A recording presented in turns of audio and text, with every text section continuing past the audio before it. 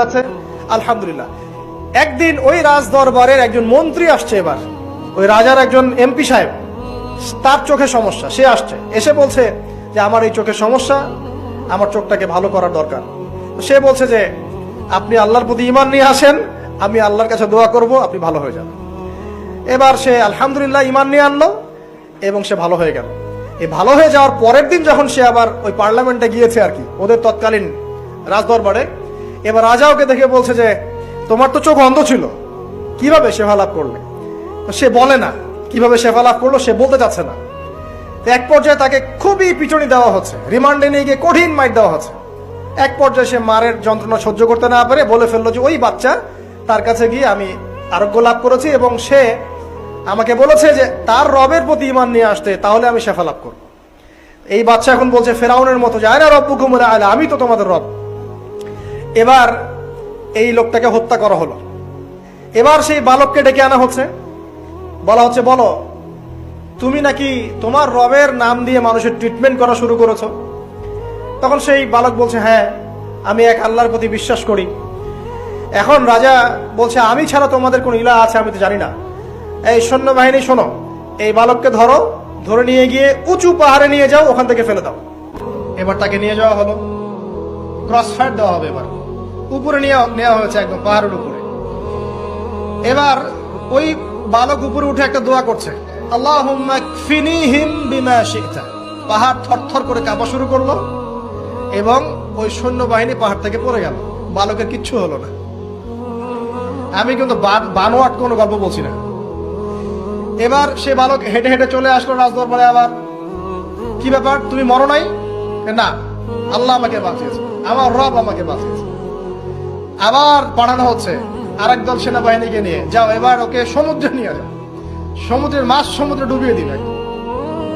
আবার সে ওখানে গিয়ে বলল আল্লাহুম্মা কফিনিহিম বিমা শি'তা, হে আল্লাহ আমার বিপক্ষে যারা আছে আপনি যা দিয়ে ইচ্ছা ওদের বিরুদ্ধে আমাকে সাহায্য করেন। এবার ওই সমুদ্র উত্তাল হওয়া শুরু করলো এবং ওরা জাহাজ থেকে পড়ে গেল। এই বাচ্চা সেফলি আবার চলে আসলো রাজদরবারে।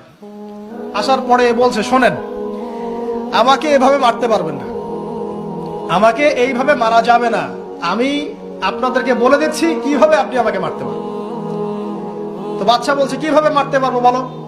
তখন সেই বাচ্চাটা বলছে যে আপনি সমস্ত এলাকার মানুষকে এক জায়গায় জড়ো করবেন, মানে পুরো নেশনের যত মানুষ সবাইকে একটা মাঠে নিয়ে আসবেন, মাঠের মাঝখানে একটা গাছ রোপণ করবেন বা একটা কিছু স্তম্ভ নির্মাণ করবেন, সেখানে আমাকে বেঁধে ফেলবেন। বেঁধে ফেলার পরে আমার এই ধনুক থেকে একটা তীর বের করবেন, তীর বের করে আপনি নিজ হাতে এই তীরটাকে নিশানা দিবেন, দিয়ে বলবেন বিসমিল্লাহ, আল্লাহর নামে, বিসমিল্লাহি রব্বি হাযাল গোলাম বলে ছুড়বেন। অর্থ হচ্ছে আমি এই রবের, আমি এই বাচ্চার রব, আমি এই বাচ্চার রব আল্লাহর নামে তীর ছুড়লাম, এটা বলে তীরটা নিক্ষেপ করবেন, তাহলে আমি মরবো, তার আগে মরবো। কথা কি বুঝতে পারছি? এবার তাই করা হলো, সমস্ত এলাকার মানুষকে এখানে জড়ো করা হলো। করার পরে বাচ্চাটাকে এভাবে একটা জায়গায় বেঁধে দেওয়া হয়েছে, খেজুর গাছে, তাফসীরে এসেছে খেজুর গাছে। এবার সে এখান থেকে তীর বের করে বাচ্চা বলছে বিসমিল্লাহি রব্বি হাযাল গোলাম, নিক্ষেপ করলো। তীরটা ঠিক, আল্লাহ পাকের দৃষ্টি দেখেন এত সূক্ষ্ম, ওইটাই বর্ণনা করেছেন। তীরটা ঠিক বাচ্চার এই জায়গায় লেগেছে, এই যে মাথার এইখান থেকে লেগে এদিকে বের হয়ে গেছে এবং বাচ্চাটা শহীদ হয়ে গেল আলহামদুলিল্লাহ। এবং এই বাচ্চাটা যখন মারা গেল বা শহীদ হয়ে গেল, আর সারা এলাকার মানুষ কি দেখলো? দেখলো যে বাচ্চা তাকে দুইবার চেষ্টা করে মারতে পারে নাই, কিন্তু তার রবের নাম যখন নেওয়া হয়েছে, আল্লাহর নাম নেওয়া হয়েছে, মারতে পেরেছে। দেন পুরো এলাকার সমস্ত মানুষ মুসলিম হয়ে গেল। একজন বাচ্চার জীবনের বিনিময়ে সমস্ত এলাকার মানুষ ইসলামের হেদায়েত পেয়ে গেল আলহামদুলিল্লাহ। এবার বাচ্চার মাথা তো আরো খারাপ, একটাকেই সামলাতে পারছিলাম না, এবার তো সমস্ত এলাকার মানুষ মুসলিম হয়ে গেছে। এখন কি করবেন?